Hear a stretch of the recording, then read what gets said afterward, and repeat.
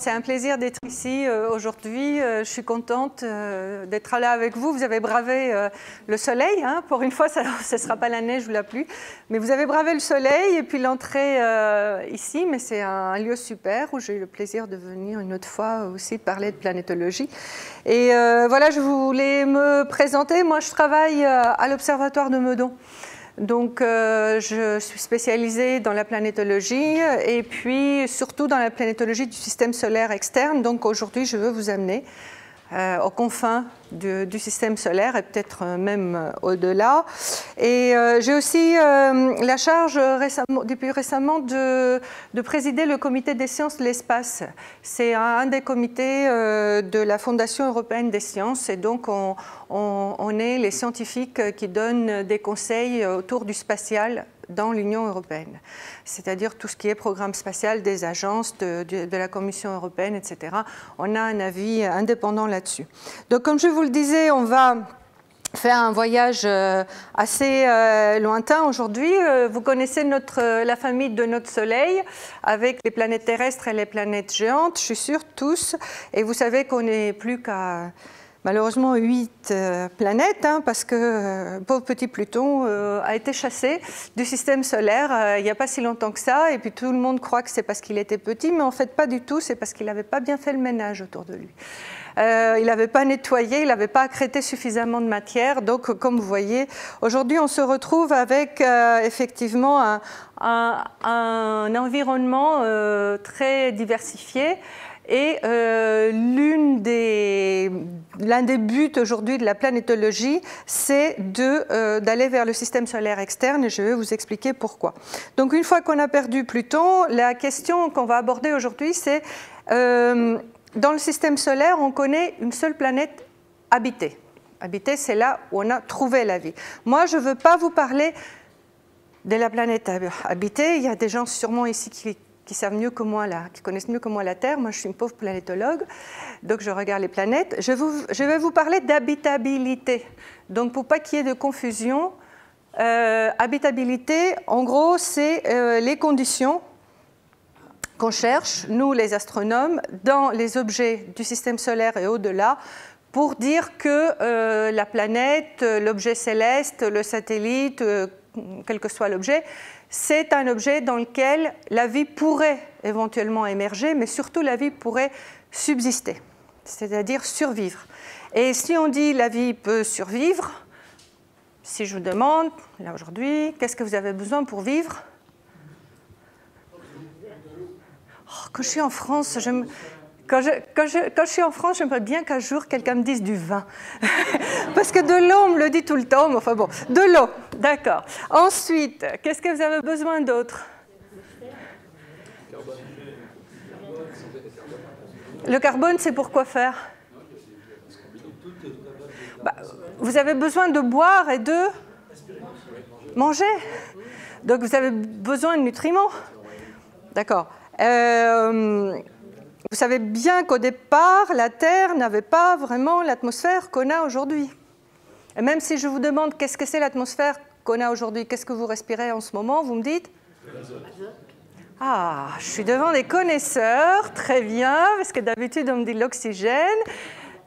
Ici, tout le monde sait que c'est de l'azote. Donc là, au départ même, on n'avait pas du tout d'oxygène. Hein. Quand la vie est apparue, il y a des théories qui vous expliqueront ça. Peut-être un petit peu sous forme de CO, CO2, des choses comme ça. Donc l'habitabilité pour moi, c'est les choses suivantes. De l'eau, des éléments essentiels, c'est les nutriments, c'est les fameux schnops, d'accord? De l'énergie, quand même, personne ne m'a dit que quand on a froid, qu'on est loin du soleil, que tout ça, on n'a pas assez d'énergie pour faire fonctionner le système. Pour le métabolisme, pour tout ça, on a besoin d'énergie. Sur Terre, on a l'énergie solaire. Là où on va aller, on va voir s'il y a d'autres formes d'énergie qui peuvent nous aider. Et puis, il faut un environnement stable hein, pour que tout ça ait suffisamment de temps pour pouvoir s'installer, la vie et subsister. Donc, jusqu'à présent, quand on regarde les conditions d'habitabilité, que je vous rappelle là en haut, les 4 conditions, on regardait autour de la Terre. Bon, il se trouve qu'il y a ce qu'on appelle la zone d'habitabilité. C'est la zone bleue que vous voyez ici.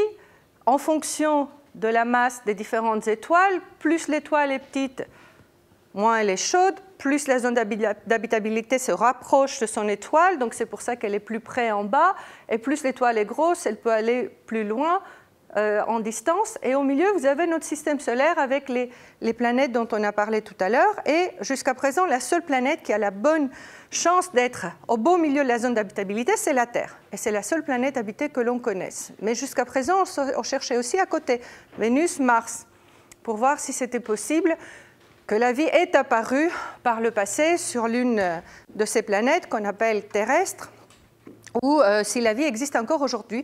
Et il y a d'ailleurs des missions spatiales actuellement. Vous savez qu'on a plein de robots actuellement sur Mars qui explorent la planète pour essayer de savoir s'il y aurait de la vie sous la croûte de Mars, et notamment au pôle, c'est-à-dire sous la glace.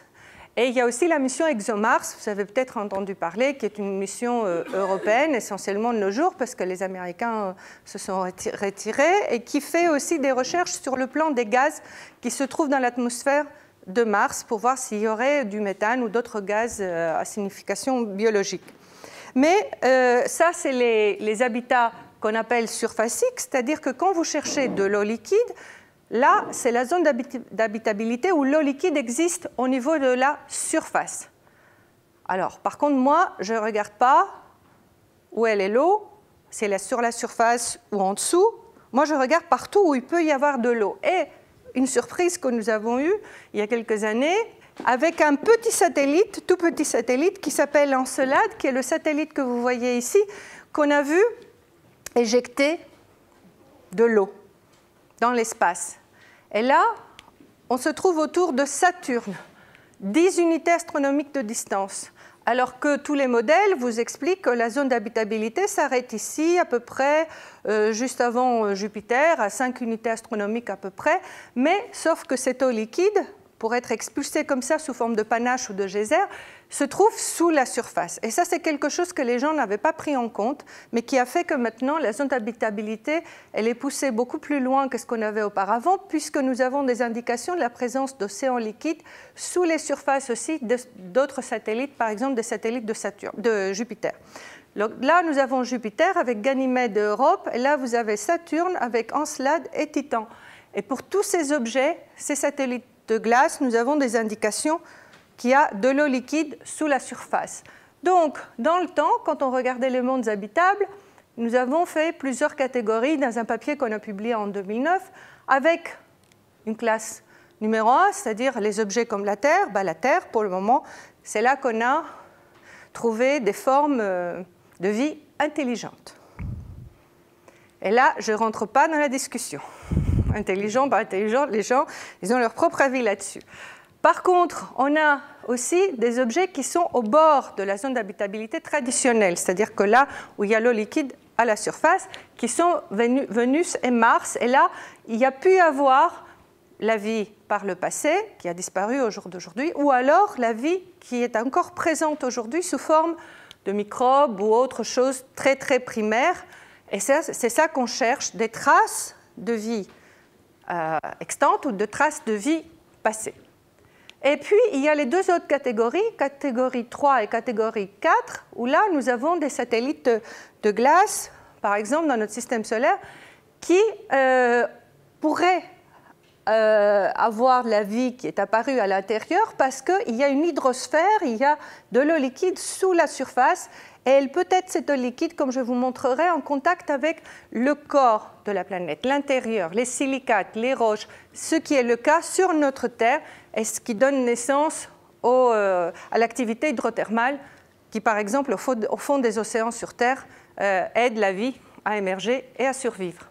Et puis l'autre catégorie, la dernière catégorie, c'est que là, vous avez une hydrosphère, effectivement, mais elle n'est pas en contact avec les silicates, elle est prise en piège entre deux couches de glace. Donc c'est ça les objets que nous allons regarder aujourd'hui. Donc la Terre, pourquoi elle est la seule planète habitée? On n'en sait rien, mais on suppose que déjà elle se trouvait au bon moment, au bon endroit, mais ensuite elle a tout ça par rapport aux exigences dont on parlait tout à l'heure, la tectonique des plaques. L'eau existe même dans 3 états, glace, gaz et liquide. Je vais vous faire remarquer qu'il y a très peu d'eau, contrairement à ce que les gens pensent. Il y a très peu d'eau sur Terre. D'accord? Ça fait en gros 1% du centième, hein, ça fait vraiment 0,1 pour 1000 de son poids total. Elle a une atmosphère dense. Quelqu'un avait dit qu'on a besoin d'une atmosphère tout à l'heure. Effectivement, cette atmosphère, pour nous aujourd'hui, pour notre forme de vie, est essentielle. Il y a la protection par le champ magnétique. Il ne faut pas l'oublier que grâce au champ magnétique sur Terre, nous pouvons aujourd'hui résister à tout ce qui rentre, tout ce qui nous vient comme rayons cosmiques et autres particules. Et c'est un environnement stable aux dernières nouvelles. Alors que pour Mars et Vénus, il y a eu une évolution dans le temps qui a empêché ce monde de devenir exactement comme la Terre. Et il y a par exemple la migration stellaire à l'intérieur du système solaire, il ne faut pas l'oublier, mais c'est un autre chapitre. Il y a la position actuelle qu'ils ont, où ils sont un petit peu en dehors de la zone d'habitabilité.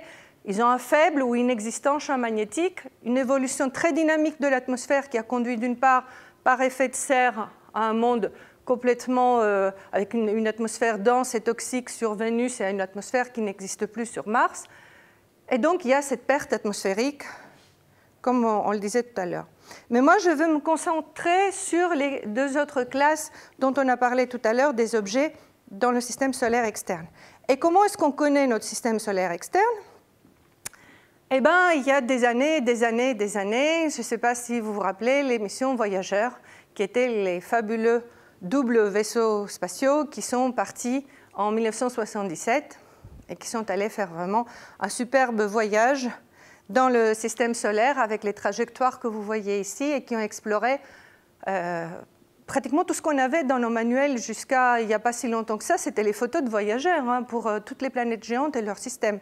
Ça a changé depuis, mais donc ce sont ces missions-là, ces robots-là qui nous ont appris tout ce qu'on connaissait sur le système solaire externe jusqu'à il n'y a pas si longtemps que ça et qui nous ont montré effectivement qu'il y avait des satellites et des objets assez intéressants autour des planètes géantes, et notamment qu'il y avait beaucoup de satellites, pas mal de ces objets. Plusieurs d'entre eux sont même très grands, quand vous allez le voir. Notamment autour de Jupiter, on a par exemple Europe, Ganymède et Callisto, qui ont été explorés par la mission Galileo 1995, 2000 fin de mission. Et autour de Saturne, grâce à la mission Cassini-Huygens dont je vais vous parler, on a exploré Encelade et Titan qui ont un rapport avec ce qu'on dit aujourd'hui. Alors, ça n'a rien à voir, mais ça me fait plaisir de vous montrer les dernières images de Jupiter par la mission Juno, qui sont quand même très très belles, vous en conviendrez. Ça, c'est les images prises de la planète géante la plus grande dans notre système solaire par la mission Juno. Et ça, c'est pas très bien focalisé là-dessus, mais ça peut faire un tableau. C'est une tempête au pôle sud de Jupiter, observée par Juno. Mission incroyable qui nous a appris beaucoup de choses, notamment sur les satellites de Jupiter. Il y a combien de satellites autour de Jupiter? 65 63. Aux dernières nouvelles, c'est 62-63. Et c'est pareil pour Saturne, je vous le dis par avance, comme ça vous le saurez. Et ça, c'est les 4 satellites galiléens. Ils s'appellent galiléens parce que c'est Galilée qui les a découverts en 1610. Et donc, voilà, le plus grand satellite dans notre système solaire. Ganymède. Oui, c'est Ganymède qui a gagné par rapport à Titan une centaine de kilomètres. Seulement. Et avant, on croyait que c'était Titan le plus gros parce que, vous allez voir, Titan a une atmosphère. Et quand on regarde dans le télescope, avec son atmosphère, on le trouvait plus grand que Ganymède. Mais quand on enlève l'atmosphère et qu'on mesure exactement le corps céleste, c'est plus petit. Ganymède, plus grand satellite de notre système solaire, il a un champ magnétique induit, une dynamo, sur la surface, plein de cratères, un archétype de monde à eau souterrain, c'est-à-dire que ce que vous voyez ici, le tracé, petit tracé bleu un peu plus foncé, entre 2 couches de glace, on pense que c'est de l'eau liquide et on a des indications pour penser que c'est de l'eau liquide sous la surface de Ganymède. Un satellite exceptionnel à étudier. Europe, deuxième satellite, regardez cette surface. Il y a un contraste, certes, sur la couleur, là pour que vous voyez un petit peu mieux, mais c'est comme ça la surface, avec les crevasses ici, les canyons, les choses que vous voyez. Et c'est cette surface-là, je vais vous montrer comment, qui a fait penser aux géologues qu'il pourrait y avoir un océan d'eau liquide sous la surface d'Europe. Donc, un monde actif, on pense qu'il y a la tectonique et un environnement liquide en contact avec les silicates. Io, je l'ai mis comme ça, ce n'est pas du tout l'objet de notre discussion aujourd'hui parce que Io, c'est le satellite aux 400 volcans. À la surface, il y a du fer liquide. Ça brûle de partout et franchement, ce n'est pas là que vous allez trouver de la vie. Hein. Donc, la raison, c'est qu'il est tout près de Jupiter. Jupiter, ce n'est pas seulement la plus grosse planète de notre système solaire, il y a un gros problème, il y a un champ de radiation effroyable. Tout ce qui s'approche de Jupiter, et des effets de marée bien sûr, hein, c'est un très gros objet, et donc tout ce qui est tout près de Jupiter subit les effets de la grosse planète et ne survit pas longtemps. Et Callisto, c'est un objet dont on ne sait pas grand-chose, justement, on ne sait pas à l'intérieur ce qu'il peut y avoir. Par contre, on sait qu'à la surface, il y a vraiment beaucoup de témoignages des temps très primitifs avec des cratères et plein de crevasses et de canyons qui indiquent des impacts. Et là, on pense que peut-être qu'il y a de l'eau liquide aussi sous la surface de Callisto. Ce qui nous intéresse principalement autour de Jupiter, c'est Ganymède et Europe. Alors, Europe, ce que vous voyez ici en haut, c'est la surface d'Europe, observée par la mission Galileo dont je vous parlais tout à l'heure. Vous avez ici la résolution, et ce qu'on voit, me disent les géologues ici, ressemble à des morceaux de glace, des radeaux de glace dérivant sur une mer qui, par les temps passés, était là, l'eau liquide était là. Après, ça a gelé. Et après, ça s'est remis comme ça, n'importe comment, un petit peu, avec des morceaux par-ci, par-là, un resurfacement de l'eau par l'intérieur. Et ça donne exactement, ou à peu près, ce qu'on trouve aussi au large de l'océan Antarctique sur Terre. Donc les géologues ont fait le rapprochement.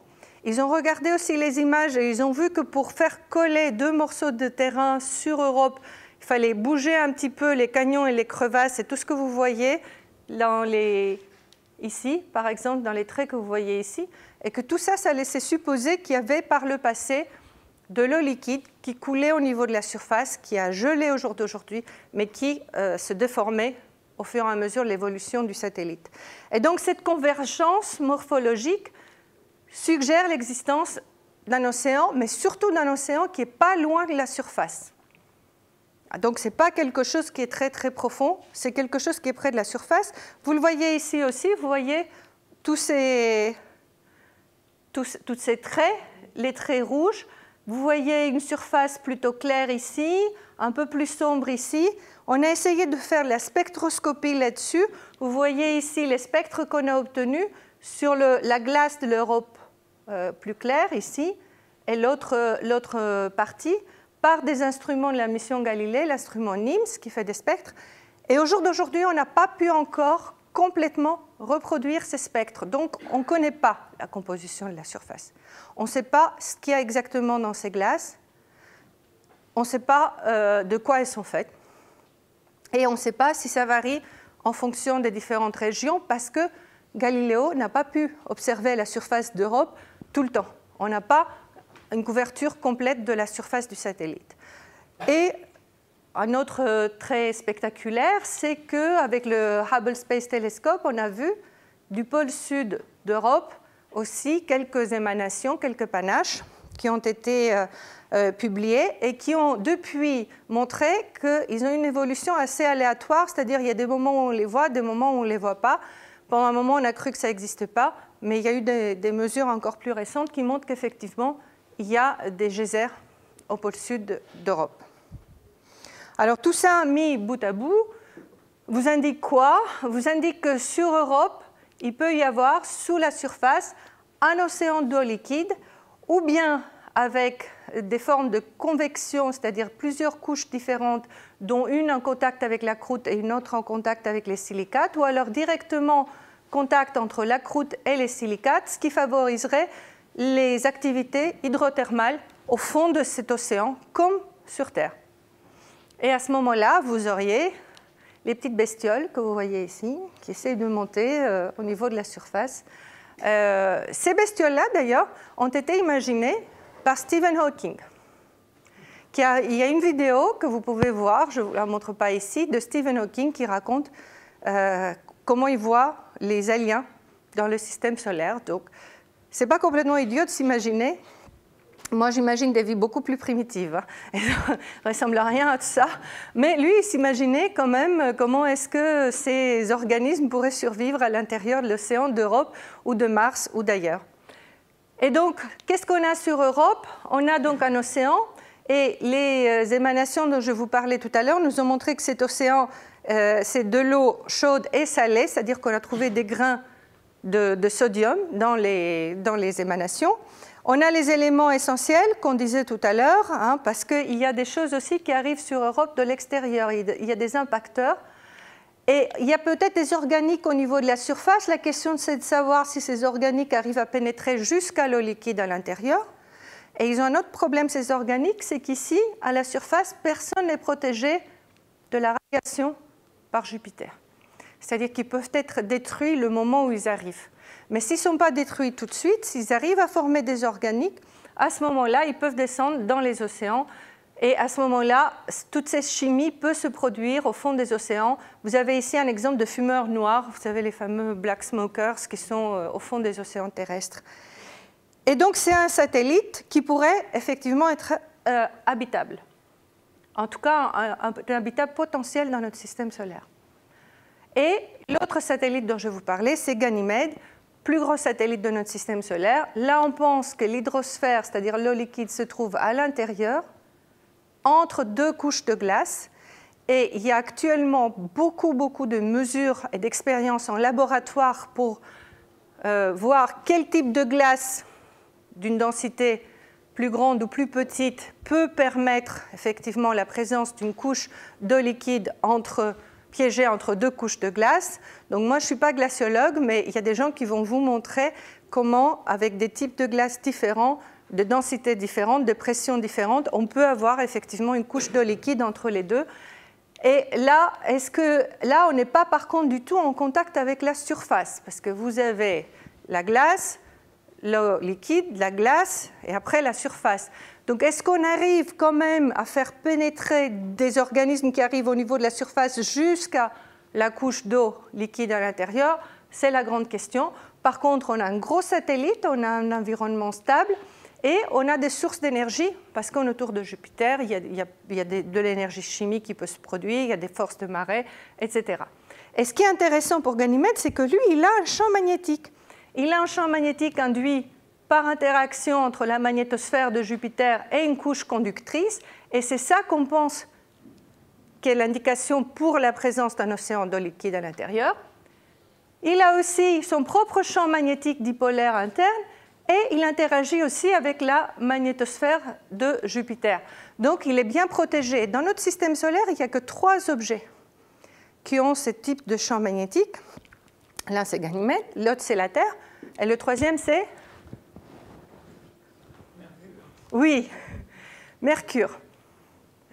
On n'a pas encore trouvé l'explication pourquoi il n'y a que ces 3 objets. Mais c'est assez important, parce que nous, comme je vous le disais tout à l'heure, ça nous protège quand même pas mal. Et donc, dans le cas de Jupiter, nous avons 2 satellites, soit comme Ganymède, soit comme Europe. S'ils sont habitables, dans un cas, nous avons un contact avec les silicates, dans le cas d'Europe, comme sur notre propre planète. Et dans le cas de Ganymède, l'hydrosphère, la couche d'eau piégée entre 2 couches de glace. Et la question, c'est est-ce que ça suffit pour protéger la vie, si jamais elle apparaissait là-bas. Alors, pour répondre à ces questions, justement, nous avons mis en place une future mission spatiale et même plusieurs. Alors, vous savez tous que l'Agence spatiale européenne a beaucoup de missions actuellement dans le système solaire. Là, c'est une diapo un peu ancienne, je dirais, parce que Vénus Express a tiré sa révérence il y a 2 ans, à peu près. Mars Express est toujours là, pour encore au moins jusqu'à la fin de cette année, voire l'année prochaine. On a eu la mission Rosetta avec Philae, le petit robot. Nous avons des missions qui vont venir, comme Solar Orbiter qui va étudier le Soleil, Bepi Colombo qui va explorer Mercure et qu'en chemin va regarder aussi Vénus. Et nous avons aussi dans le système solaire plus... ah oui, il y a bien sûr ExoMars, dont je vous ai parlé tout à l'heure, qui avec Mars Express fait des merveilles. ExoMars va avoir une mission rover en 2020, c'est-à-dire que nous allons se poser sur Mars pour la première fois, l'Agence spatiale européenne, parce que les Américains l'ont déjà fait, les Russes savent faire, et nous, il faut qu'on démontre qu'on sache faire. C'est-à-dire qu'on a essayé jusqu'à présent de montrer avec un tout petit module qui était monté sur ExoMars 2016, qui est la mission Orbiter, et on a bien descendu dans l'atmosphère, mais il s'est écrasé. Non, mais il faut voir les choses positivement. On est rentré, on est bien descendu et on a raté l'atterrissage. Ça arrive. Ah, quand vous garez votre voiture, ça vous arrive hein, parfois. Bon, bref, donc c'était une question de logiciel. C'est toujours la faute aux informaticiens. Il y en a là aujourd'hui? Ah mince. Mais vous inquiétez pas, mon mari, l'informaticien aussi, mais je n'arrête pas de lui dire. Donc, ExoMars va avoir un robot en 2020. Et en même temps, la NASA va avoir aussi un robot en même temps en 2020, bien sûr, parce qu'il faut bien qu'il duplique les efforts, n'est-ce pas? Et donc, en 2020, on aura 2 robots sur la surface de Mars qui ont comme un des buts principaux de regarder et de creuser dans le sol. Et ExoMars va creuser jusqu'à 2 mètres. Ce qui veut dire que quand même, 2 mètres, je ne sais pas, moi je fais 1,65 m, vous voyez, plus que ça. Et donc, on va pouvoir aller jusqu'au terrain les plus anciens quand même dans les sites qu'on aura choisis pour voir s'il n'y a pas des traces de vie à l'intérieur du sol. Et dans le système solaire externe, c'est là que je voulais en venir, on a eu la mission Cassini-Huygens, fabuleuse mission, donc je vais vous dire un mot tout à l'heure. Et JUICE, c'est la mission qu'on prévoit pour aller étudier justement les satellites de Jupiter. Nous avons comme objectif l'émergence de mondes habitables autour des planètes géantes, parce que nous avons beaucoup de planètes géantes aussi en dehors du système solaire, ce sont les exoplanètes. Donc c'est très important d'aller voir si autour des exoplanètes il peut y avoir des mondes habitables et aussi d'étudier bien sûr tout le système de Jupiter. C'est la première grande mission européenne toute seule dans le cadre du programme qu'on appelle Cosmic Vision, 2015-2035 aujourd'hui. Et voilà, ça c'est tout ce que JUICE va faire. Il va étudier Jupiter, son atmosphère, sa dynamique, son origine, sa météorologie, etc. C'est la plus grosse planète de notre système solaire. Comme je vous le disais, il y a actuellement la mission Juno sur place. Mais JUICE va faire des mesures différentes parce qu'il va voler au-dessus des pôles avec une trajectoire elliptique. Donc les mesures qu'on va faire, nous, seront différentes et seront différentes aussi à une époque différente. Puisque Juno, c'est maintenant. Et là, comme je vous le dirai, on parle d'observations qui auront lieu en 2030. Il y aura une étude de la magnétosphère. Vous savez tous que si on pouvait voir la magnétosphère, que ce soit du Soleil ou de Jupiter, ce serait le plus gros objet dans notre système solaire. On ne peut pas la voir, mais c'est un objet vraiment énorme. On verra aussi les satellites avec la résonance de Laplace entre les 4 satellites galiléens qui sont indiqués ici. Et on regardera aussi de quoi ils sont faits, quelles sont les interactions, les processus de couplage, etc., etc. et comment ce mini-système solaire s'est formé. Actuellement, nous sommes en phase de développement. Le constructeur, c'est Airbus. Donc, c'est Airbus qui va fabriquer cette sonde dont vous avez les caractéristiques ici. Elle va peser plus de 5 tonnes. On va la lancer avec Ariane. Elle aura une charge utile, c'est-à-dire des instruments environ pour 200 kg, qui nécessitent une puissance électrique de l'ordre de 200 watts. C'est une sonde stabilisée sur 3 axes et on va faire aller jusqu'à Jupiter avec des panneaux solaires. Des panneaux solaires énormes. 70 mètres carrés, 800 pour récupérer 800 watts. On sait faire ça, au jour d'aujourd'hui encore, jusqu'à Jupiter. On ne peut pas le faire plus loin. Les panneaux que ça nécessiterait seraient énormes. Mais si ça vous intéresse de savoir qu'est-ce qu'on prévoit pour l'avenir, si ce n'est pas de l'énergie nucléaire, c'est des panneaux solaires, mais avec des photodiodes dessus qui seront beaucoup plus effets efficaces et qui permettront de capter de l'énergie solaire de manière beaucoup plus efficace. Donc, avec les diodes qu'on a aujourd'hui, ça, c'est aussi loin qu'on puisse aller. Et, pile atomique. Comment? Pourquoi pas de pile atomique? La pile atomique, ça peut être aussi l'énergie nucléaire, ça peut être aussi la pile atomique, ça peut être plein de choses. Pour aller plus loin, il nous faut autre chose, absolument. Il faut absolument ça. Absolument. Pour Jupiter. Et effectivement, c'est ce qu'on est en train d'arguer auprès des agences spatiales, c'est que le système solaire externe va devenir impossible pour l'exploration si on ne continue pas avec les autres puissances énergétiques. Sinon, ce n'est pas possible. Avec la propulsion comme ça électrique ou la propulsion par des panneaux solaires, on s'arrête à Jupiter. On ne peut pas aller plus loin. Mais avec JUICE, on arrive. Et ça a un intérêt, c'est que ça coûte moins cher. Et voilà tout ce qu'on a à bord. On a toutes les expériences que vous voyez ici. Ça va des caméras au spectromètre. On a un radar qui va nous permettre effectivement de pénétrer le sol et de voir ce qui se trouve en dessous.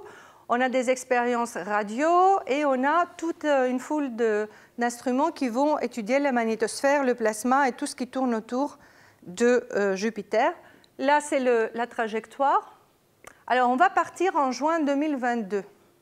Il y a une fenêtre de backup qui est en août 2023. Si on part en 2022, on va mettre à peu près 7 ans et demi pour arriver sur place. C'est ce qu'on avait mis aussi avec les autres missions spatiales.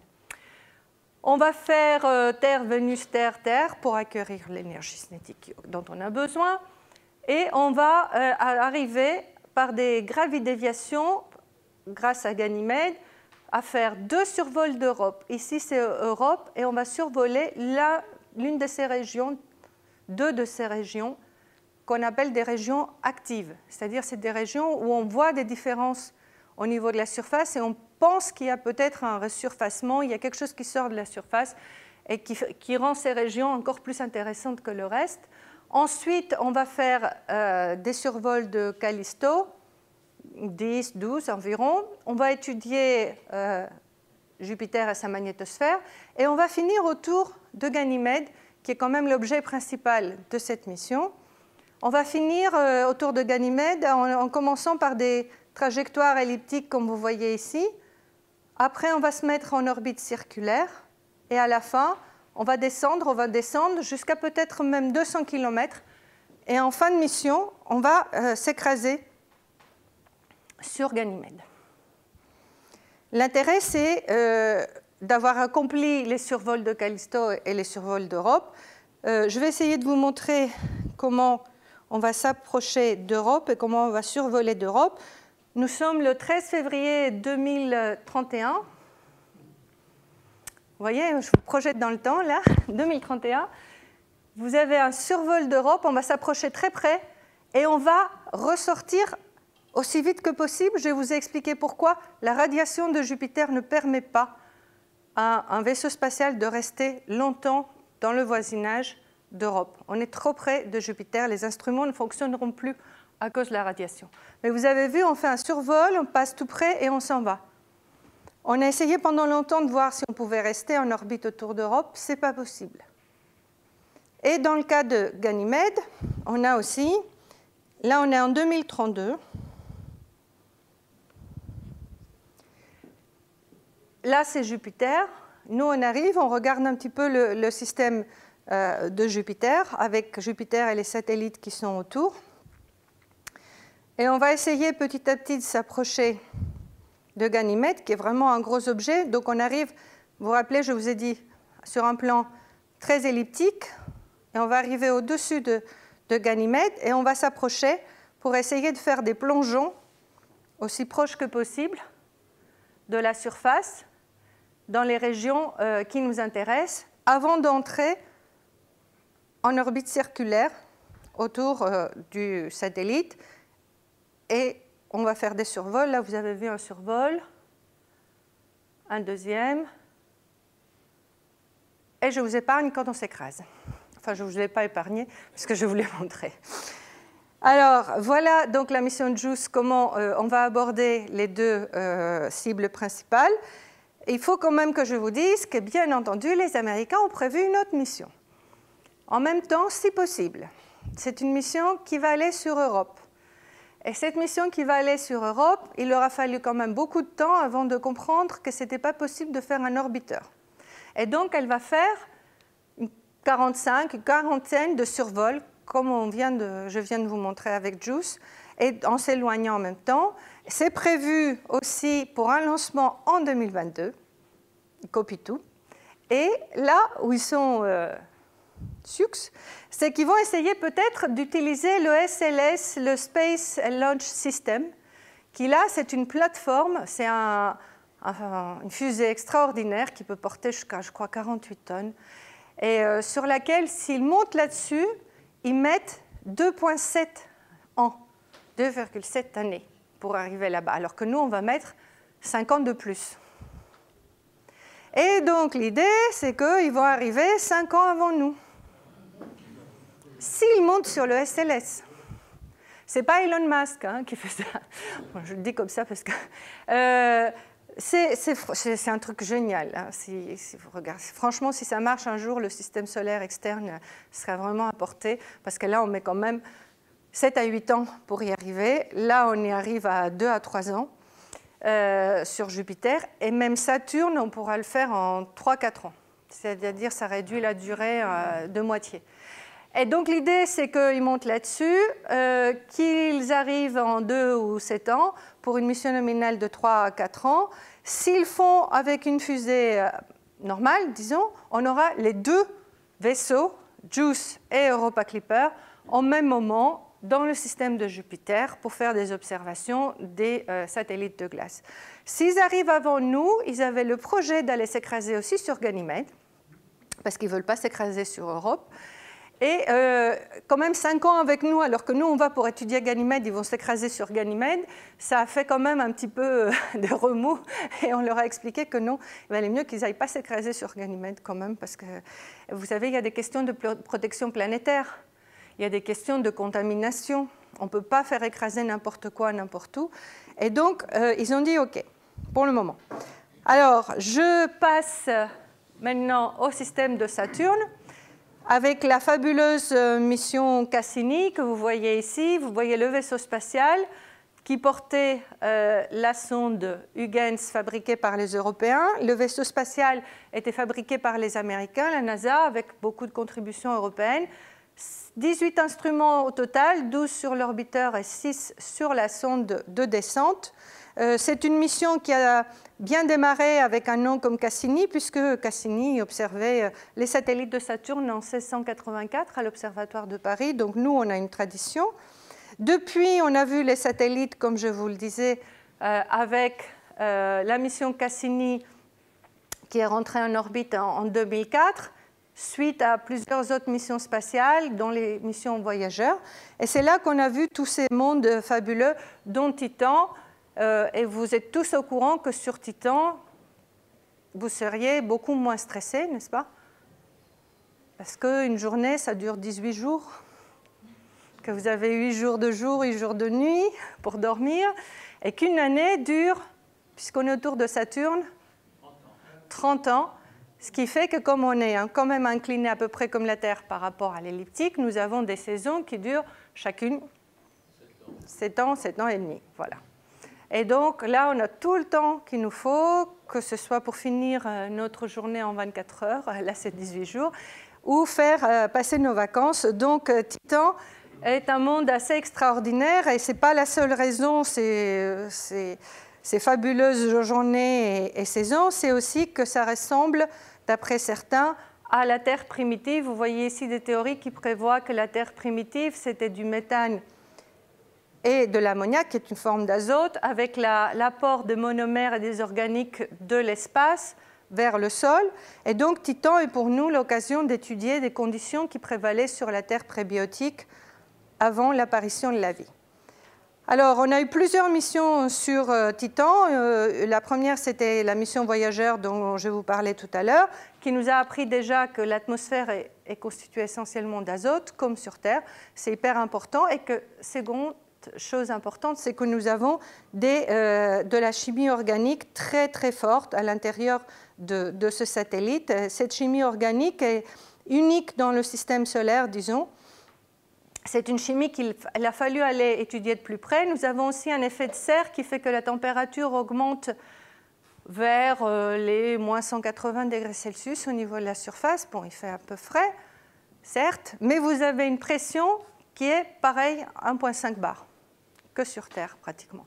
Et cette chimie organique est extrêmement importante. Elle est suffisamment importante pour nous avoir obligés d'y envoyer le vaisseau spatial Cassini, qui a été lancé en 1997, qui a fait plusieurs survols, 2 survols de Vénus et de la Terre, avant de survoler aussi un petit astéroïde, Masursky, en 2000, pour arriver dans le voisinage de Jupiter fin 2000, où il y avait encore la mission Galileo d'ailleurs, et obtenir les premières images de Saturne avant de faire une trajectoire très complexe dans le système de Saturne, parce que la mission Cassini n'était pas un orbiteur de Saturne, c'est un vaisseau spatial dans le système de Saturne pour survoler tous les objets et faire des études de tous les objets. Et cette mission devait se terminer en 2008. On en parlait justement aujourd'hui parce que je viens du dernier meeting d'un des instruments de Cassini, le spectromètre, qui se tient à l'IPGP à côté, et devait se terminer en 2008. Or, elle ne s'est pas du tout terminée en 2008, elle a continué jusqu'en septembre 2017, comme vous l'avez peut-être entendu. Et là, je voulais juste vous montrer cette mission. Voilà, ça c'est une petite animation qui vous montre la trajectoire de la mission Cassini dans un premier temps, et après on va monter à bord de la sonde. Là, c'est le vaisseau spatial Cassini, comme fabriqué aux États-Unis, avec la sonde qui est dessus. Vous voyez les personnes ici à côté, presque 4 mètres de haut, 4 mètres de diamètre, avec le lancement de Cap Canaveral. Un super lancement, j'y étais, fabuleux. Il faut avoir vu au moins un lancement dans sa vie, de près, si possible. Et ça, c'était fabuleux parce qu'on avait même prévu les nuages pour que la mission passe à travers. Et là, vous voyez, on est parti de la Terre, on va passer à côté de Vénus une première fois, on revient un petit peu vers l'extérieur, on va repasser à côté de Vénus pour acquérir l'énergie qu'il nous faut. Comme je vous le disais, 2000, on passe à côté de Jupiter, et puis ensuite on arrive dans le voisinage de Saturne, et maintenant on est sur la sonde. Ça, c'est le survol de la Terre. On fait le survol de Vénus. On va traverser la zone d'astéroïdes, ce qui est toujours un peu dangereux. Et on arrivera dans le voisinage de Saturne, où on va commencer des observations. Et on sera aidé à ça par les radiotélescopes au sol que vous venez de voir. Et on va commencer une exploration qui va durer 13 ans. Donc, arrivé 1er juillet 2004, traverser des anneaux de Saturne pour se mettre en orbite. Une des choses les plus extraordinaires que nous avons vues sur place, je ne peux pas m'empêcher de vous les montrer. Je vous ai montré Jupiter, il n'y a pas de raison que je ne vous montre pas une tempête sur Saturne. Et sur Saturne, elle est très belle aussi, hein, et c'est le fameux hexagone qu'on avait vu au pôle Nord et aussi au pôle Sud. Soit dit en passant, là, on a 2000 km de diamètre dans l'œil seulement du cyclone, 20 000 km au total. Donc, c'est des tempêtes beaucoup plus puissantes que celles qu'on trouve sur notre planète. Et là, on est dans le système des satellites de Saturne. Première surprise, Encelade. Encelade, j'ai commencé par vous dire que c'était la première surprise parce qu'on a vu les geysers, on a vu les panaches d'eau liquide qui sortaient du sol, du pôle sud. Les voilà ici, ça c'est une représentation graphique. Ça c'est vraiment Encelade avec un hémisphère nord plutôt doux et un hémisphère du sud sur lequel on trouve les griffes du tigre. C'est les canyons que vous voyez là comme ça, c'est comme quelqu'un avait griffé, un tigre avait griffé le pôle sud d'Encelade. Et ce qui émane ici du pôle sud, en fait, nourrit l'anneau E, là c'est Encelade, et là c'est l'anneau E, et on a trouvé la même composition, c'est-à-dire que toute cette matière va dans l'anneau E et fabrique l'anneau E autour de Saturne. Et ce qui est extraordinaire, c'est que grâce à la mission Cassini, on a trouvé qu'il y a plein de relations, plein d'échanges entre les petits satellites, les satellites même les plus gros, et les anneaux de Saturne. Et au jour d'aujourd'hui encore, on ne connaît pas, on ne sait pas quelle est exactement la composition des anneaux de Saturne, mais encore pire, on ne connaît pas leur âge et on ne sait pas comment ils se sont formés. Mais grâce à Cassini, on a des données au jour d'aujourd'hui, j'ai écouté les dernières conférences, qui nous expliquent que comme ils ne sont pas très épais, ces anneaux, ils sont plutôt jeunes. Et ils sont plutôt jeunes, ça veut dire qu'ils se sont formés autour de Saturne tout récemment, alors que nous, on pensait que les anneaux se formaient autour de Saturne au moment de la formation de la planète et que c'était accrété autour comme un mini-disque. Or, il paraît que non. Et donc, il y a des interactions entre les satellites et les anneaux assez extraordinaires. Chacun essaye de piquer un petit peu de matière à l'autre pour survivre. Les anneaux essayent de prendre la matière, comme ici dans le cas par un slade. Et puis, les petits satellites essayent de se former à l'intérieur des anneaux en accrétant un peu de matière et en creusant leurs petits sillons. Et on les a pris sur le fait plusieurs fois. Et c'est assez extraordinaire ce qui se passe dans le système de Saturne. Mais pour revenir à Encelade, non seulement on a les panaches qu'on a vus ici d'abord grâce au magnétomètre de Cassini, qui a montré la déformation des lignes de champ à cause de cette mini-atmosphère qu'on trouve au pôle sud, mais on a trouvé aussi des organiques. Bon, la première chose qui sort des panaches, comme je vous le disais tout à l'heure, c'est de la vapeur d'eau. Ce qui signifie qu'on a de l'eau liquide sous la surface, c'est des geysers. Et pour avoir de l'eau liquide sous la surface, vous êtes à 10 unités astronomiques. Donc, il faut vraiment qu'il y ait des sources d'énergie sous la surface, c'est ce que disent tous les modèles, pour pouvoir éjecter ces panaches. Et en plus de ça, nous avons des organiques. Il y a du méthane, du monoxyde de carbone, plein d'autres organiques encore plus complexes qu'on est en train de mesurer avec les instruments de Cassini.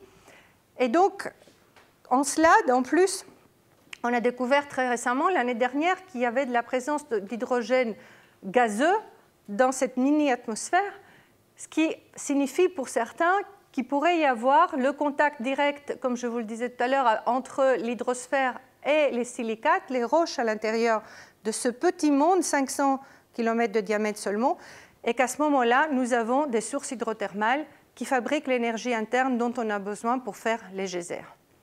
C'est donc un monde potentiellement habitable. Et c'est un des prototypes avec Europe des mondes sur lesquels on peut trouver de l'eau liquide pas loin de la surface à l'intérieur. Et bien entendu, à part Encelade qui a failli voler la vedette, on a aussi Titan. Titan sur lequel la chimie organique, on ne la présente plus, c'est l'autre monde à part la Terre où il y a une chimie organique assez extraordinaire qui commence très haut dans l'atmosphère. On l'a détecté à 1600 km d'altitude parce que l'atmosphère de Titan est très dense, elle est très étendue, 10 fois plus que celle de la Terre. On a donc la détection de tous ces ions, toutes ces particules qui se combinent avec le rayonnement solaire qui est 1/100e de celui qu'on a sur Terre. On a 10 unités astronomiques. Et l'azote qui se combine avec le méthane pour produire, donc, par dissociation et ionisation, tous ces ions complexes et pour fabriquer par la suite des organiques qu'on détecte dans la stratosphère de Titan, stratosphère qui est située entre 100 et 500 km d'altitude. Et là, vous avez des nitriles, des hydrocarbures et quelques composants oxygénés. Et tout ça se combine, s'associe, ça fabrique ce qu'on appelle les tholins.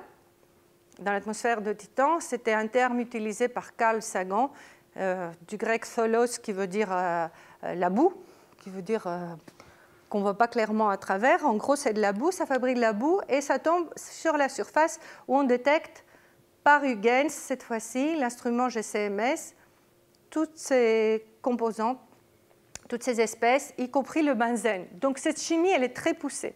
Et la raison pour laquelle je pense qu'on n'a pas trouvé encore des organiques plus complexes sur Titan, c'est parce qu'on n'avait pas les instruments adaptés. L'INMS, par exemple, ici, qui pensait trouver quelques molécules, quelques ions par-ci, par-là, s'arrêtait à 100 AMU. Donc on aurait pu chercher des masses. S'il y avait des masses plus complexes, on ne pouvait pas les détecter. Donc il faut des instruments encore plus élaborés et adaptés, si je puis dire, pour nous montrer quelle est la composition de la chimie organique sur Titan. Et là, vous voyez aussi la surprise du profil thermique. On connaissait le profil thermique ici en bas, je vous l'ai montré tout à l'heure. C'est pareil que ce qu'on avait vu avec Voyager, mais dans la haute atmosphère, vous avez vraiment ces ondulations. L'atmosphère est très, très stratifiée et nous avons des variations de température assez importantes dans la mésosphère et la thermosphère. On a parlé tout à l'heure des saisons de Titan. Vous avez tous été contents d'apprendre qu'il y avait 7 ans et demi d'hiver, 7 ans et demi d'été, 7 ans et demi de printemps, etc. Avec Cassini, on a vu en gros que 2 saisons. 13 ans, c'est 2 saisons seulement. L'hiver et le printemps au pôle Nord. C'est là la mission Cassini. On est arrivé ici et on a duré jusqu'en 2017. Donc vous voyez, on a fait la moitié d'une orbite. C'est comme si quelqu'un avait étudié la Terre et qu'il était venu ici, qu'il avait vu que l'hiver et le printemps. On a 2 hémisphères quand même. Voilà. Alors on a 2 hémisphères. Donc l'intérêt, c'est que pendant ce temps-là, l'hémisphère sud, il commençait, lui, à accumuler des organiques. Donc sur l'hémisphère sud, justement, nous avons vu des gros changements aussi bien, là c'est la chimie organique, aussi bien de température. Le pôle sud a perdu 40 degrés en 4 ans. Ça s'est refroidi d'un seul coup. Et le pôle sud a aussi vu, ici, vous voyez, des ordres de grandeur d'accroissement de plusieurs molécules de tous les gaz atmosphériques, alors qu'avant, c'était le pôle nord qui était enrichi en chimie organique. Maintenant, c'est le pôle sud. Donc, en fait, on voit les effets saisonniers entre les 2 hémisphères, le nord et le sud. On aurait aimé voir les autres saisons aussi arriver parce qu'on s'est aperçu qu'en fait, il y a des variations interannuelles. Ce n'est pas immédiat. Par exemple, le pôle sud a mis 3 ans pour réagir à l'arrivée de l'hiver, plus que le pôle Nord, là où on l'attendait. Donc, ce n'est pas immédiat. C'est un monde extrêmement complexe, sur lequel on s'attend à trouver, comme je vous disais tout à l'heure, des molécules de plus en plus compliquées, des polymères, des nitriles et tout ça. Et c'est un monde aussi qui nous a surpris beaucoup par la surface. La surface de Titan, c'est rien de ce qu'on avait imaginé pendant longtemps. On a trouvé quelques cratères. Vous voyez ici un cratère sur Titan, mais très peu de cratères. La surface est vraiment très, très jeune. On a trouvé des dunes. Alors là, personne n'avait imaginé des dunes, et pourtant, parmi mes collègues scientifiques, je peux vous dire qu'on avait tout imaginé. Personne n'avait pensé à des dunes. Là, c'est les dunes sur Terre, et là, c'est les dunes sur Titan. C'est des dunes longitudinales formées par le vent. Sauf que sur Titan, ce n'est pas du sable. C'est des petites particules de glace qui se déplacent beaucoup plus facilement parce que le vent est beaucoup plus faible. Mais on a aussi trouvé des lacs. Les lacs sont concentrés pour le moment au pôle Nord. Et là, je voulais vous montrer ce petit film qui a été mis en place par les gens qui font le radar, qui vous montre vraiment des lacs, un des lacs sur Titan.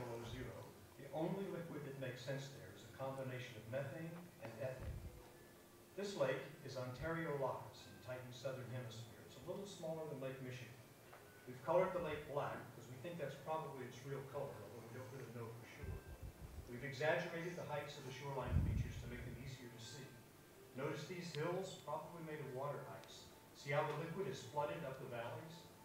Further north is a long, smoother beach that looks like it's been shaped by waves. You can see some lines along the beach that might be old shorelines, like bathtub rings. So we know the level of the lake has changed. Now we're turning east to a very obvious bay that cuts into the beach, so it's likely to be younger. We'll cross over the lake. You'll see some flooded valleys, and in the background is a large river that makes a delta, like the Mississippi River. Its shape means the lake is shallow and the river is slow. Ontario's shore is surprisingly like Earthly lake shores. Pretty amazing to find something this Earth-like, 800 million miles away. Effectivement, en dehors de la différence des matériaux, parce que là, ce qui coule dans ces lacs, c'est des hydrocarbures. C'est du méthane liquide. Il n'y a pas d'eau liquide sur la surface de Titan. Le reste, ça ressemble beaucoup à ce qu'on a, par les formations, je veux dire, ce qu'on a sur Terre. Et ça, c'est effectivement une image qu'on a eue grâce à la sonde Huygens, sur laquelle, vous voyez, là, il y a des canaux des canaux qui sont creusés par du liquide, d'hydrocarbures qui, à un moment donné ou à un autre dans l'année, a coulé. Et là, ici se trouve la sonde Huygens, et ce qu'on voit plus loin, c'est des canaux, c'est des dunes plus loin vers l'équateur. Là, ici, ça, c'est 2 systèmes de dunes. Il y a des petites collines, différentes choses comme ça. Ça, c'est l'endroit où on a atterri, où on a ces cailloux. Ces cailloux, c'est de la glace, effectivement. Par contre, ce que vous voyez ici autour, c'est un lit de rivières d'hydrocarbures qu'on a pu colorier grâce au spectromètre, d'accord? Parce que sinon, les images qu'on a prises étaient comme ça. On a pris 360 images une fois qu'on avait atterri parce qu'on pouvait les prendre, que les ingénieurs nous avaient expliqué qu'on serait écrasé ou on aurait coulé et que de toute façon ça n'aurait pas marché. Ça a très bien marché. La sonde Huygens a très bien marché, elle a très bien fonctionné. Ça, c'est ce qu'on a autour avec le parachute qui est tombé ici, pas loin. Au niveau de la surface, on a vu tous ces composantes dont on parlait tout à l'heure et on a vu du méthane s'évaporer. Vous voyez ici le signal du méthane qui monte. Ça veut dire que la sonde elle était chaude, elle s'est posée et le méthane s'est évaporé. Ça veut dire que cet endroit-là était humide. C'est pour ça qu'on dit que par le passé, il pouvait y avoir un lac à cet endroit. À une autre saison, ce lac était plein. Et à l'intérieur de Titan, nous avons des indications par des régions actives au niveau de la surface et le spin qui indique la présence d'un océan d'eau liquide. Donc que sur Titan, nous avons encore un objet potentiellement habitable, comme c'était le cas autour de Jupiter. Alors je voulais finir en vous montrant quand même un joli petit film qu'on a fait pour Cassini, parce que les derniers jours de Cassini, c'était l'année dernière au mois de septembre. Là, c'était ce que je vous disais tout à l'heure, les échanges de matériaux entre les anneaux et les satellites, ce qu'on appelle les propelleurs. On a fait plein de mesures juste avant d'aller s'écraser dans Saturne. C'était le seul moyen de s'assurer que le vaisseau spatial n'allait pas s'écraser ailleurs. Et on a vécu les derniers moments le 15 septembre 2017 au JPL à Pasadena. Et là, vous voyez le signal de Cassini qui petit à petit décroît, et voilà. Là, il n'y a plus rien, on était tous là, c'est comme si on perdait quelqu'un à l'hôpital, c'était quand même très triste. Mais on a fait des choses fabuleuses avec Cassini. Donc je voulais vous montrer le petit film qu'on a mis en place juste avant de lui dire au revoir. A lone explorer on a mission to reveal the grandeur of Saturn, its rings and moons.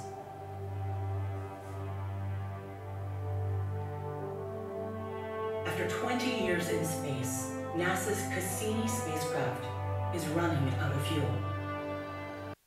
And so, to protect moons of Saturn that could have conditions suitable for life, a spectacular end has been planned for this long-lived traveler from Earth.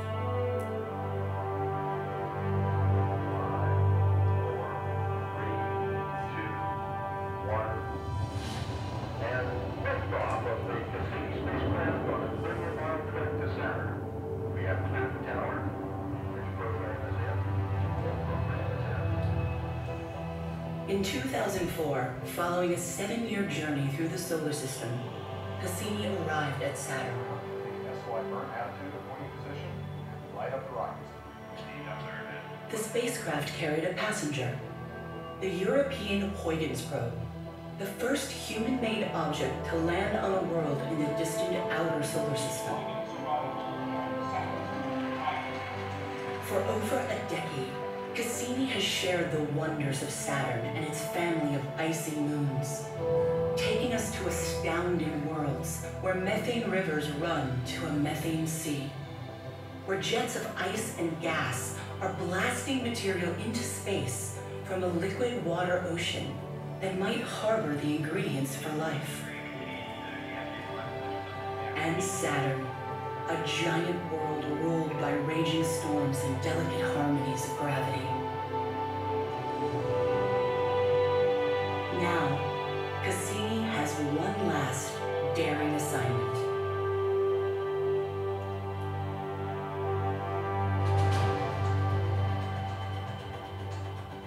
Cassini's grand finale is a brand new adventure. 22 dives through the space between Saturn and its rings.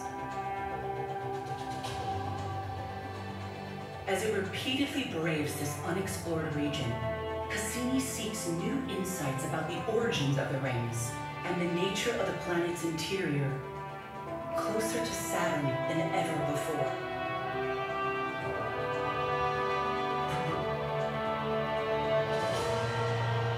On the final orbit, Cassini will plunge into Saturn, fighting to keep its antenna pointed at Earth as it transmits its farewell. In the skies of Saturn, the journey ends, as Cassini becomes part of the planet itself.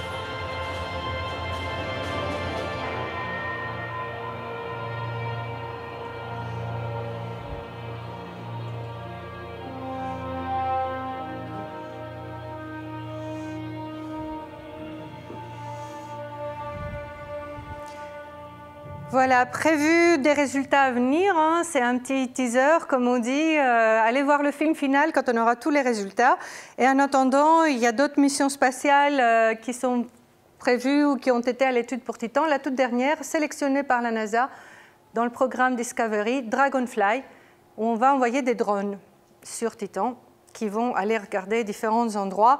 Si cette mission est bien entendu sélectionnée à la fin, pour le moment, elle fait partie des candidates que la NASA a prévu de regarder dans le programme Discovery. Donc voilà, j'espère que vous avez apprécié ce petit voyage.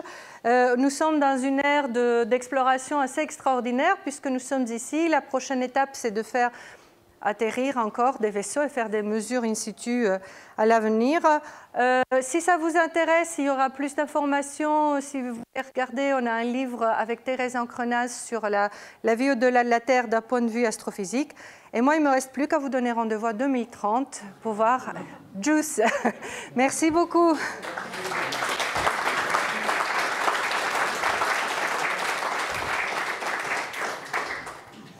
Mission JUICE écrit Clipper, pourquoi les faire finir sur Ganymède? Parce qu'on risque aussi de polluer et pas, par exemple, sur Io où il y a moins de risques pour la... on suppose moins qu'il y ait la vie là-bas. Oui. C'est tout simplement parce qu'on sera autour de Ganymède et que voilà. On ne peut pas garder de l'énergie pour. On pourra essayer de garder de l'énergie si d'ici là on considère que Ganymède il y a un risque effectivement de polluer et à ce moment-là on ira effectivement vers l'intérieur quitte à s'écraser aussi sur Jupiter. Mais pour le moment, on va garder l'énergie qu'on a jusqu'à la dernière minute pour essayer d'explorer Ganymède. Pour aller de Ganymède à plus loin vers Jupiter, il y a quand même un long trajet et il nous faudrait du fuel, mais c'est encore à l'étude. Est-ce qu'il y a quelque chose de prévu pour explorer les petites planètes entre Mars et Jupiter ? Il y a des choses de prévues pour les astéroïdes, oui. Par exemple, mais là, on attend encore qu'on nous donne les dernières éphémérides des cibles qu'on pourra acquérir pour... Ça dépend si on part en 2022 ou en 2023. Donc là, c'est un programme qui est prévu, effectivement. Et puis, sinon, Mars aussi, mais bon, on ne pourra pas faire beaucoup plus sur Mars. Le problème, c'est que si on allume les instruments avant d'arriver à Jupiter, on prend un risque. Donc, on va essayer de faire des mesures, mais sans trop risquer la mission dans sa totalité. Je reviens à Titan et Cassini. Merci beaucoup. Je reviens à Titan et Cassini. Est-ce que la traversée qu'a faite Cassini des anneaux de Saturne a permis de connaître un peu mieux la composition de la glace ou pas? Oui, pas seulement la composition, mais comme je vous le disais tout à l'heure, la masse, l'amplitude des anneaux. La composition, elle est encore en train d'être étudiée pour savoir, par exemple, s'il y a plus de roches, s'il y a plus de glace, quel est le type de glace. Comme je vous le disais, les premières informations indiquent qu'ils sont assez peu épais. Donc, et ça signifie qu'en fait, ils sont plus jeunes que ce qu'on pensait auparavant. Quant à la composition, il semblerait que elle est très différente. Si vous voyez les anneaux de Saturne, d'un anneau à l'autre, c'est très, très, très différent. Il y a des anneaux qui sont un peu plus sombres que d'autres. Vous avez dû voir les images. Et ça signifie que la composition diffère d'un anneau à l'autre. Oui. Et on ne peut pas la relier directement au satellite pour le moment. Les satellites qui sont les plus proches, si. Ah oui, quand même. Si, là on arrive. Et c'est pour ça que j'en parlais d'Encelade qui envoyait de la matière sur l'anneau E. Et on a eu aussi des indications des anneaux qui envoyaient de la matière sur les satellites. Et c'est ça qui nous permet justement... de les relier. Oui. Exactement, de relier un petit peu les origines. Merci beaucoup. Est-ce qu'on est dans une époque de plus de compétition entre les pays sur les missions spatiales qu'avant? J'ai l'impression qu'avant, il y avait une coopération et maintenant, vous avez l'air de dire que...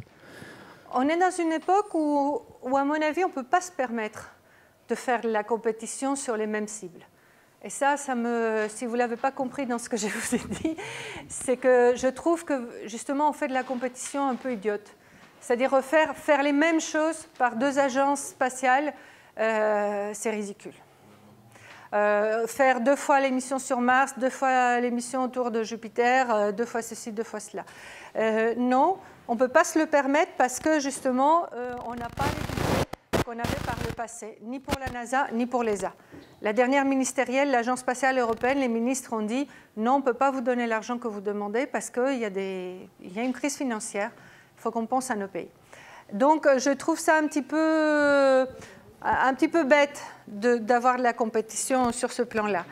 Par contre, ce qui est bien, c'est qu'à l'ESA, au moins, quand je vous ai parlé de Cosmic Vision, il y a un programme.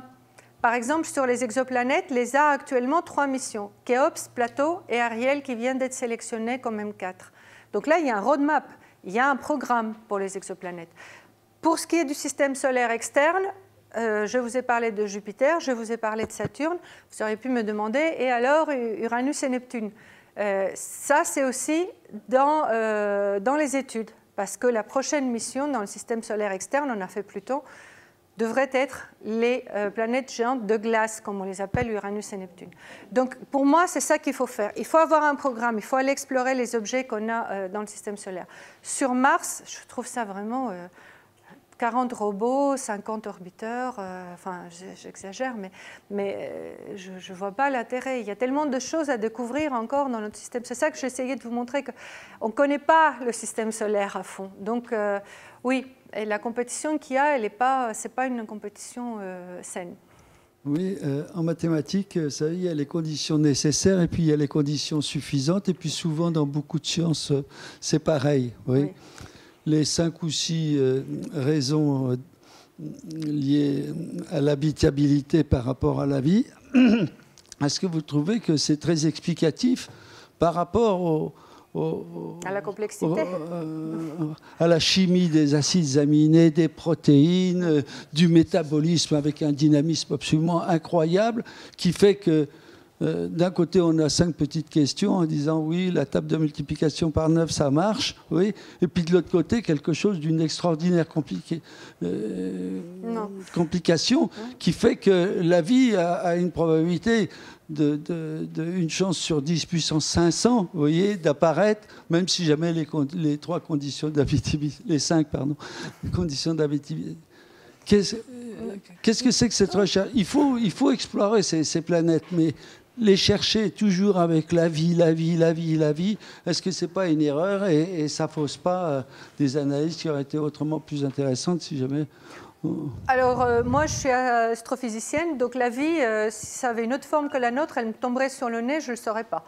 Donc, je n'explore pas pour trouver la vie. Moi, je vous ai parlé des conditions d'habitabilité qui n'excluent pas le fait que nous, on explore tous ces objets, d'abord pour leur intérêt d'objets planétaires, intérêt propre. Et c'est pour ça que je vous disais, Ganymède est unique parce qu'il y a ceci, cela, Titan, une chimie organique extraordinaire, pourquoi elle se trouve là-bas et pas plus près de la Terre. Chacun de ces objets, chacun de ces mondes est unique en son genre.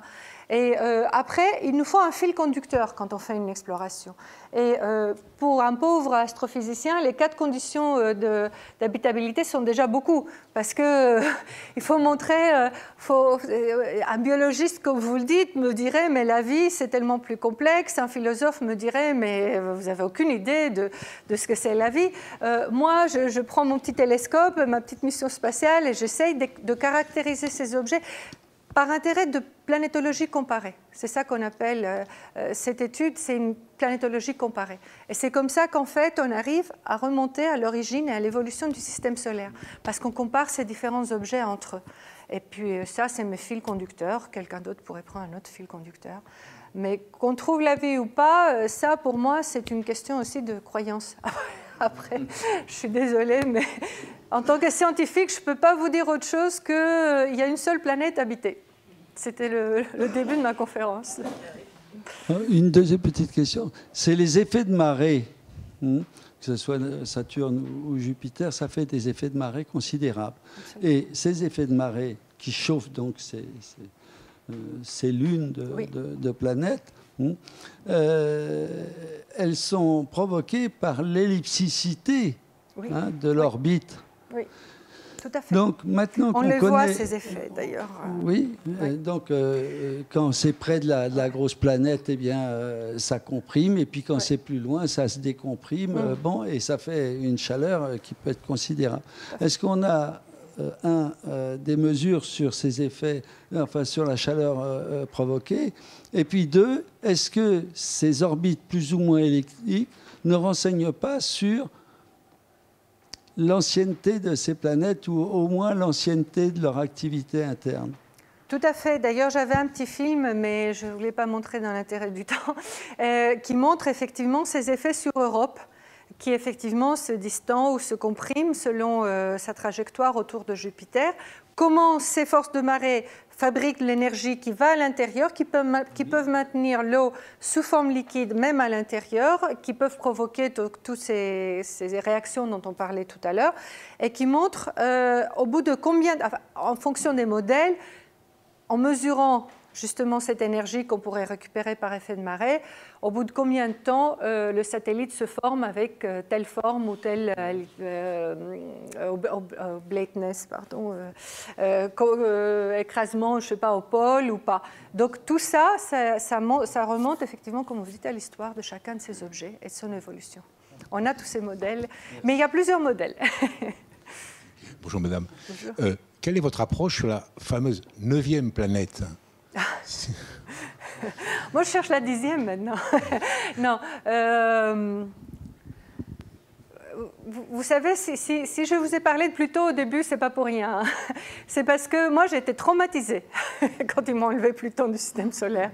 Et après, on m'a montré tous ces petits objets qui, effectivement, sont des planètes, sont des objets qui sont parfois plus gros que Pluton et qui existent là au-delà de notre connaissance du système solaire. Donc, la 9e planète, moi, je dirais qu'il y a beaucoup plus que 9 planètes. Si vous regardez toutes ces petites planètes naines et toutes ces planètes qui peuvent exister, on ne connaît pas encore, on ne connaît pas, et je le dis en connaissance de cause pour avoir travaillé sur les missions voyageurs, on ne connaît pas les limites de notre système solaire au jour d'aujourd'hui. Ni de l'influence de l'héliosphère, ni rien. Ça, c'est encore des mesures qui sont en cours, qu'on doit compléter. Donc, combien de planètes on va finir par trouver? On va finir par en trouver beaucoup. Personne ne savait qu'il y avait une 60aine de satellites autour des planètes géantes il y a encore quelques années. Quand on est parti pour aller sur Saturne, moi j'avais compté, il y avait une dizaine. Aujourd'hui, on a 63. Donc, mon approche, c'est que tout simplement, on ne sait pas. Justement, il faut continuer d'explorer le système solaire extérieur. Elle serait énorme pourtant, cette planète. Elle serait énorme. Oui, mais quand on a découvert, c'est Neptune, le Verrier, elle est grosse, Neptune. Et on ne l'avait pas encore vue, parce que tout est... vous savez, la première exoplanète a été découverte par Michel Mayor avec Elodie à l'OHP. Les Américains, pendant ce temps-là, avaient le Keck, les 2 Keck d'ailleurs, à Hawaï. Et ils observaient, ils cherchaient des exoplanètes, ils ne les avaient pas trouvées. Vous savez pourquoi il a trouvé Michel ? Parce qu'il avait un esprit ouvert. Il ne cherchait pas un système solaire là-bas, il cherchait un système planétaire. Et donc, il ne mettait pas ces planètes géantes au bout avec les petites devant.